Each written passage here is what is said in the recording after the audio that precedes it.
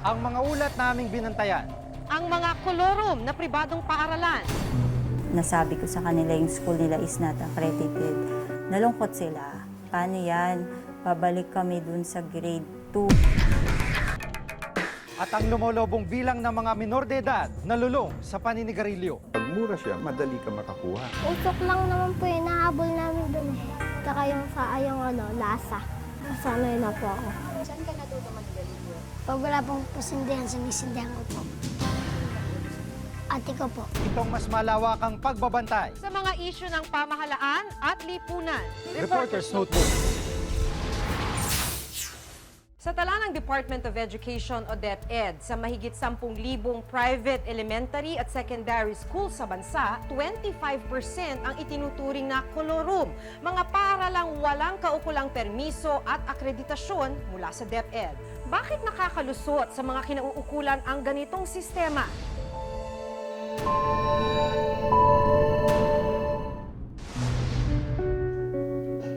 Isa raw sa mga pamana ng magulang sa anak ang magandang edukasyon. Si Mirna, hindi niya tunay na pangalan, sinisikap ang lahat para mapagtapos ang kanyang mga anak.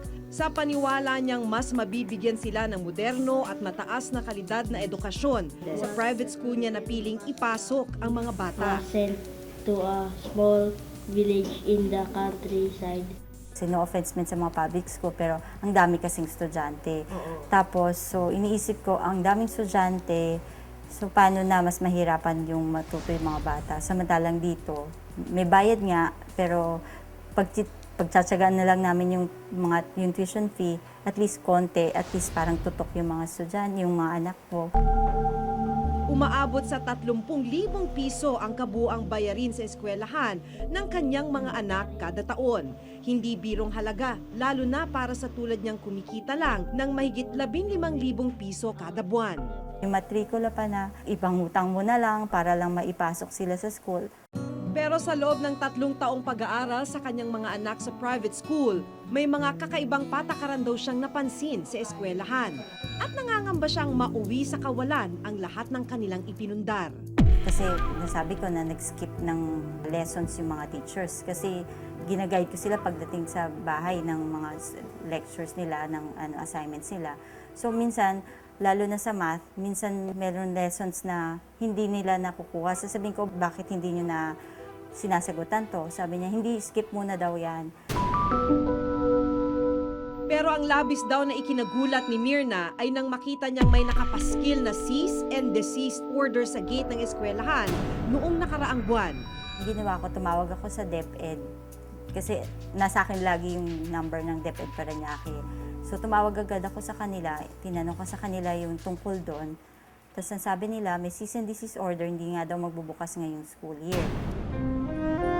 Pinuntahan ko ang eskwelahan kung saan ipinasok ni Mirna ang mga anak sa nakalipas na 3 taon, ang Maze Learning Center sa Parañaque. Nandun sa loob ng garahe, yung parang karatula na nagsasabi ng cease and desist order na issue ng DepEd, kahit hindi daw sila tumatanggap ngayon ng enrollment.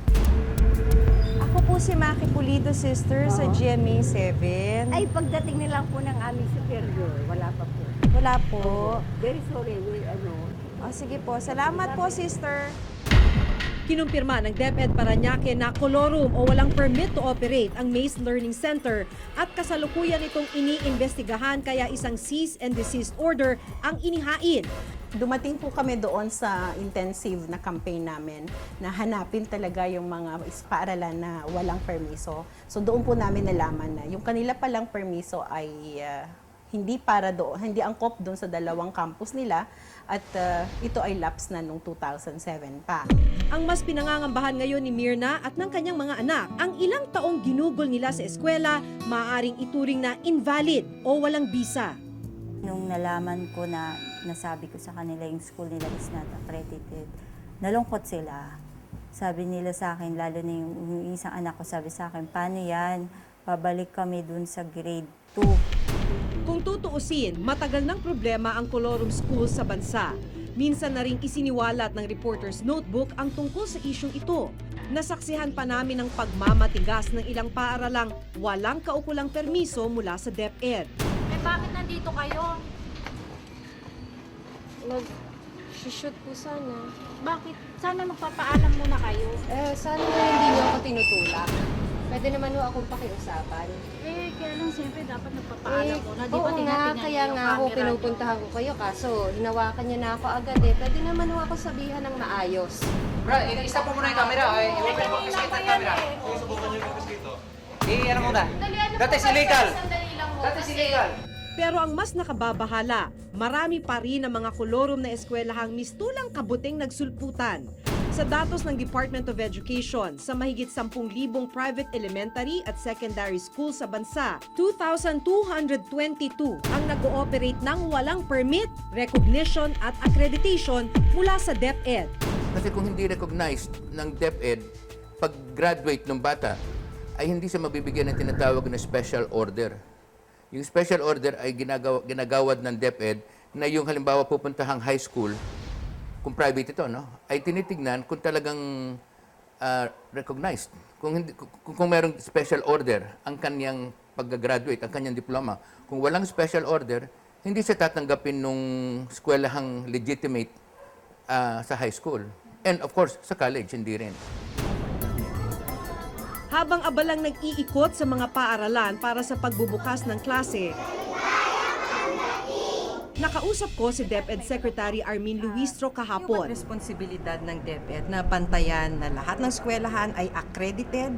Sa taong ito, ito nga ay ating ini-streamline at saka kaya nga tayo humihigpig na tayo at inilista na natin yung mga eskwela na yan para nga malaman namin kung meron ng problema, no? Kung ang problema ba ay sa katagalan ng proseso, alam mo naman sa bureaucracia, minsan nabubulilyaso yan, pero gusto nga nating makita. Pag hindi natin titingnan kung alin yung may permit o yung wala, mas lalo nating mahirapang makita yan. No? Pinaghirapan ko kung makapasa, wala rin pala pong madadating.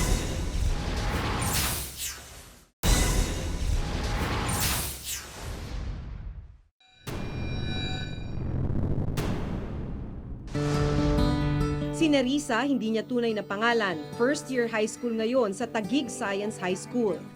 Kahapon, inabutan namin siya sa unang araw ng klase. Pero hindi tulad ng mga kaklase niyang excited pa sa pasukan, balot ng pangamba si Nerissa dahil sa natuklasan ng pamunuan ng kanyang paaralan. Gumraduate po ako ng grade 6 sa school na po yun ay wala pong permit to operate po. Yung principal po namin, every orientation po, di kaya po meeting sa parents po, sinasabi niya po na meron daw pong, yung school namin, po tawag dito, yung permit to operate po. Pero po, nung hinanapan po siya, nila mami po, nung mami ko po, ng permit to operate po, wala po siyang bibigay na kailangan po ng Taguig Science na hinahanapan po kami. Nagtapos ng grade 6 si Nerissa sa Children's Learning Integrated System sa Taguig, kung saan nagkamit pa siya ng medalya bilang 4th honor. Ang masaklap, bagamat tinanggap siya sa Taguig Science High School, binigyan siya ng ultimatum na hanggang katapusan ng buwang ito para makakuha ng kopya ng permit to operate ng kanyang pinanggalingang private school. Kasi po pinaghirapan ko kung makapasa po dyan sa Taguig Science. Nagpakahirap po ako sa review, nagpakapuyat po ako. Tapos po matatanggal rin naman po pala ako. Kasi we follow DepEd order, no? DepEd order number 38 na if you are coming from a private school, be sure na may permit to operate or recognized by DepEd. So sumunod lang kami sa DepEd order. Tinungo namin ang Children Integrated Learning System pero tumanggi silang magbigay ng pahayag. Much as we want to, gusto namin silang tulungan to save those students then who are now in Taguig Science. So binigyan namin sila ng checklist for them to be guided what to comply. And probably to beat the deadline on June 30. May batas na dapat sana ay puprotekta kina Mirna at Nerissa at marami pang ibang tulad nila. Ang Batas Pambansa bilang 232 na may kinalaman sa establishment at maintenance ng isang integrated system of education. Sa Section 27, nakasaad na kailangang i-authorize o mabigyan ng kaukulang permiso ng gobyerno ang mga private schools at kailangang magkaroon muna sila ng recognition mula sa DepEd. Gayunman, ang parusa sa mga mapatutunayang lumabag dito, multa lang ng mula 2,000 hanggang 10,000 piso o pagkakakulong na hindi hihigit sa 2 taon. Ito raw ang dahilan kung bakit tila hindi natatakot ang mga gumagawa ng ganitong sistema. Kasi akala, private school would always be a profitable business. So they look at operating this school as a business. Hindi ito business, enterprise, no? Actually, ang 2,000 to 10,000 plus ang penalty ay imprisonment for 2 years. Parang pa yun ni Marcos. No? So, dapat isa yan sa mga dapat baguhin. Inaayos natin yan, no? Para paikliin natin yung proseso ng pagbigay natin ng permit. Kailan kasi may mga eskwelahan din na hindi kompleto yung pag-submit ng kanilang mga papers. Kasi mga documents yan eh. Maliban doon sa documents sa evaluation, titignan natin ng team yan. Tinitignan natin kung angkop ba yung curriculum doon sa curriculum na pinapatupad ng ating pamahalaan. Habang wala pang malinaw at mas mahigpit na patakaran ng DepEd sa pagmumonitor ng ilang private schools, mananatiling balot ng pangamba ang mga tulad ni Nerissa. Ayon na rin sa rekomendasyon ng DepEd, kailangan muna niyang kumuha ng Philippine Validating Test o PVT para makapag-enroll uli. Ang PVT ang siyang magpapatibay sa kinuhang subject sa Children Integrated System. Meron pa nga pong sinasabi yung school po namin na kailangan ko daw pong mag-test sa Central. Tapos po, ibabalik daw po ako sa grade 5. Ayaw po nung lola ko kasi po, sayang po yung years na pinagdaanan ko po. Ganito rin ang kasalukuyang kalagayan ng mga anak ni Mirna. Anong mangyayari dito sa mga bata? Pasukan na? Oo nga eh. Anong balak ninyo ngayon? Actually, hindi ko pa nakukuha yung records nila na ang instruction sa akin ni DepEd, kunin ko daw yung parang form na parang referral na para makapag-validating exam sila. Ito po ay mag-determine kung yung kanilang competencies na nakuha sa MACE ay ayon na sa competencies na hinihingi para sa kanilang grade level. Kung ito po ay, kung na-meet na nila yung competencies na yun, then they can move forward to the next grade. Kung hindi naman po, nakakalungkot man, pero yun ay uulitin nila yung mga pag-aaral na yon dun sa grade level na yon. Para sa mga may reklamo at sumbong ukol sa colorum schools, maaaring tumawag sa DepEd Action Centers. Makikita naman sa DepEd website ang listahan ng accredited private schools. Okay, magpapairal po tayo ng mga pagbabago na naman. Hindi biro ang magpaaral ng anak lalo na sa mga pribadong paaralan. Kaya naman nakakabahala na hindi lehitimo ang ilang institusyong dapat sana'y papanday sa kaalaman ng mga kabataan. Kailangang mapigilan sa lalong madaling panahon ang mga walang permisong paaralan upang masigurong hindi malagay sa alanganin ang kanilang kinabukasan. Ako si Maki Pulido at ito ang nakatala sa aking Reporter's Notebook. Usok lang naman po yung nahabol namin dun eh. Saka yung sa lasa.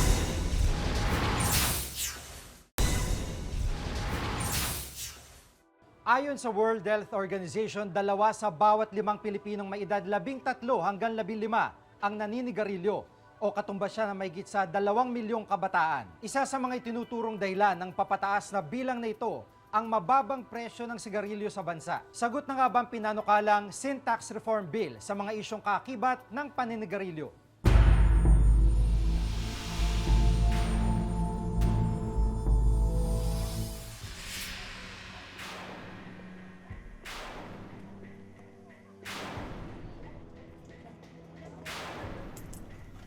Baon ng 8 pisong kinita nila mula sa pagbebenta ng kalakal, diretso sa tindahan ng magkakaibigang itatago namin sa pangalang Joshua, 6 na taong gulang, at Gian, 9 na taong gulang. Ang kalahati ng kanilang pera, ipinambili ng tinapay. Ang natitirang 4 na piso, ipinambili naman nila ng 4 na sigarilyo na nagkakahalaga ng piso kada stick. Ilang taon ka nung nagsimula ka manigarilyo? 5 years old. Saan ka natuto manigarilyo? Pag wala pong pasindihan, sinisindihan ko po. Bakit? Inuutusan kang bumili? Opo. Sige. Sino nag-uutos? Ate ko po.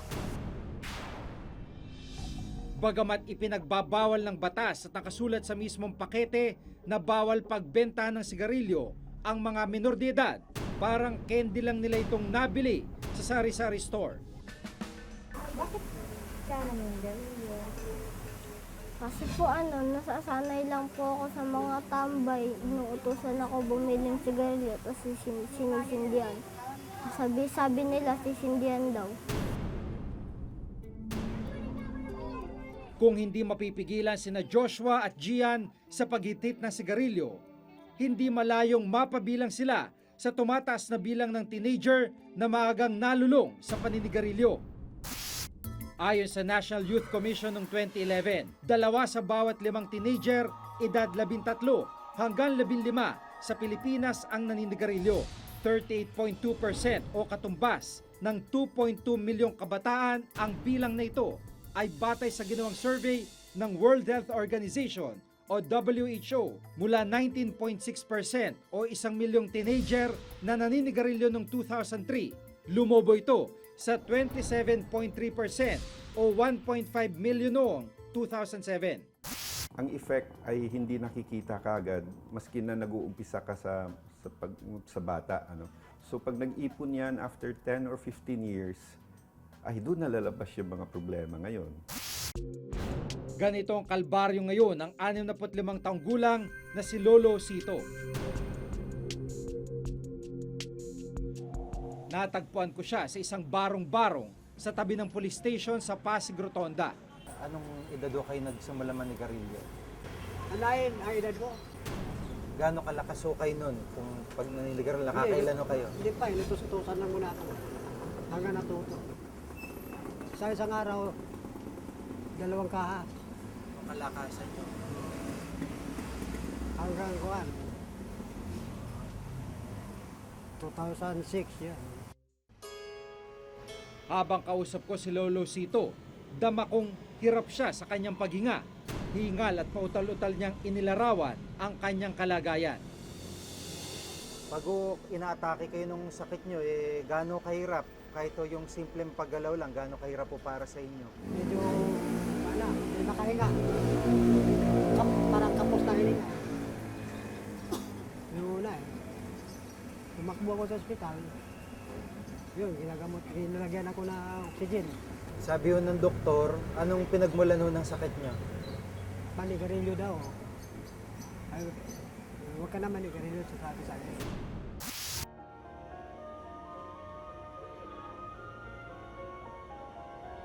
Ayon daw sa resulta ng mga nakarang check-up, may COPD o Chronic Obstructive Pulmonary Disease si Lolo Sito, isang uri ng sakit sa baga na may mga sintomas na kakapusan ng paghinga, emphysema at chronic bronchitis.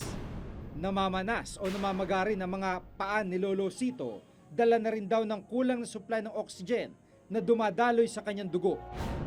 Based sa result ni tatay, medyo nasa severe na po yung COPD niya.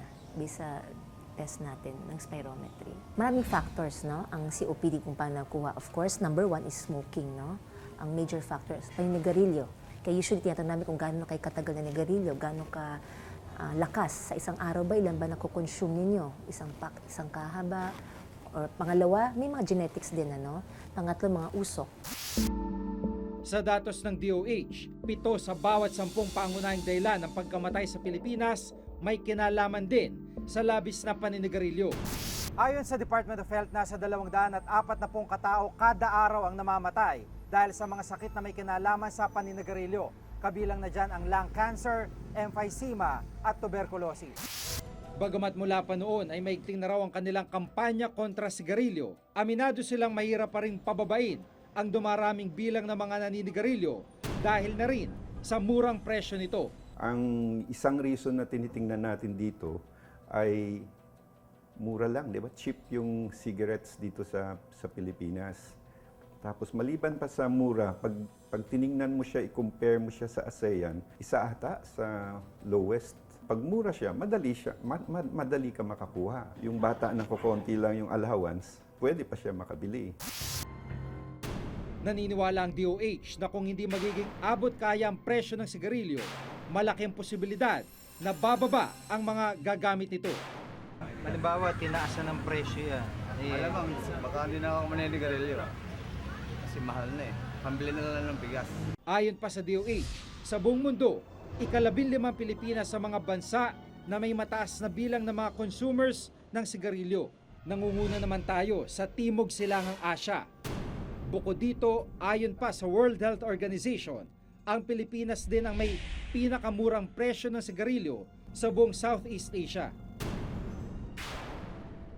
Ito raw ang dahilan kung bakit inihain sa Kongreso ang House Bill number 5727 o ang Sin Tax Reform Bill. Layo nitong taasan ng buwis na ipapataw sa mga tobacco at liquor companies para mas tumaas din ang presyo ng sigarilyo sa bansa.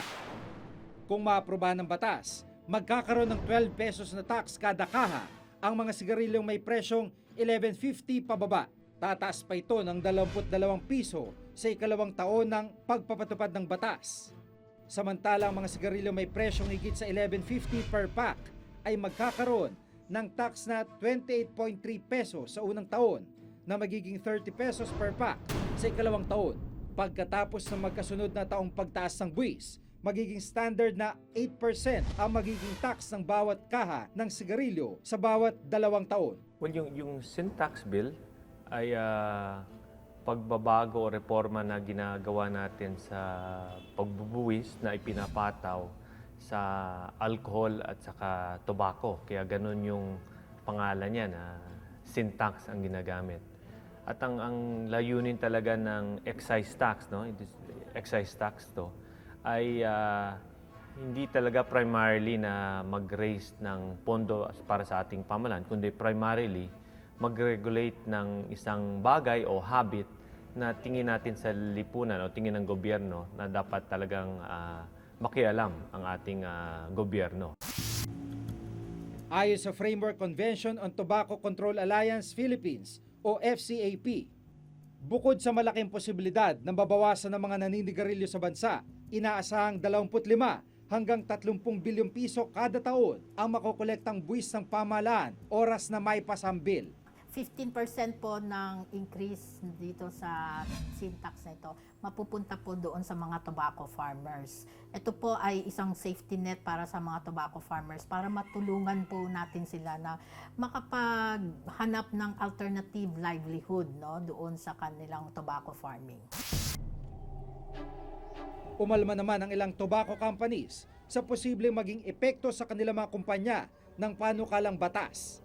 Nanganganib daw na magsara kapag umakyat na sa 28 pesos ang buwis na ipapataw sa kanila. Kung ganoon po, hindi na namin po kaya mag-operate dito sa Pilipinas. Kasi kung isama po natin yung taas ng gasto sa kuryente, tapos isama nyo pa yung pagtaas ng sweldo, tapos ang biglaang pagtaas ng buwis, hindi na po talaga namin kaya yung operation. The point of issue here is we believe in the Philippines, we've believed in the tobacco industry here for over 50 years. If you wish to continue that, there are ways to take further increases in revenue for the government, but doing it in a way where both the industry and the government can cooperate going forward. That's the key. Sa kabila ng magkakasalungat na opinyon kaugnay ng pagpapasa ng Sin Tax Reform Bill, ay sinuportahan na ito ng palasyo matapos na gawing priority ni Pangulong Noynoy Aquino. The President signed it as certified as an urgent bill. So pag-uusapan sa House yun. But we are confident that this will provide the means by which we can propagate the healthcare, universal healthcare program. Ganito na lang yan. Sigarilyo to, there's no such thing as a win-win situation si sigarilyo. In the long run, dahil mataas yung presyo, mababawasan yung mga taong magsisimula pa lang manigarilyo, yung mga hindi pa addict sa nicotine. So in the long run, good for society. Talo siguro yung mga naninigarilyo ngayon dahil mas laki yung babayaran nilang tax. Panalo ang gobyerno, malaki ang revenue. Nakakabahala ang pabata na pabata at tumataas na bilang ng mga naninigarilyo sa bansa. Isa lang ang Sin Tax Reform Bill sa mga sinasabing solusyon dito. At habang nakabinbin at pinagdidebatehan pa ito sa Kongreso, agaran at epektibong lunas mula sa pamahalaan ang higit na kailangan ngayon. Ako si Giga Manicad at ito ang nakatala sa aking Reporter's Notebook.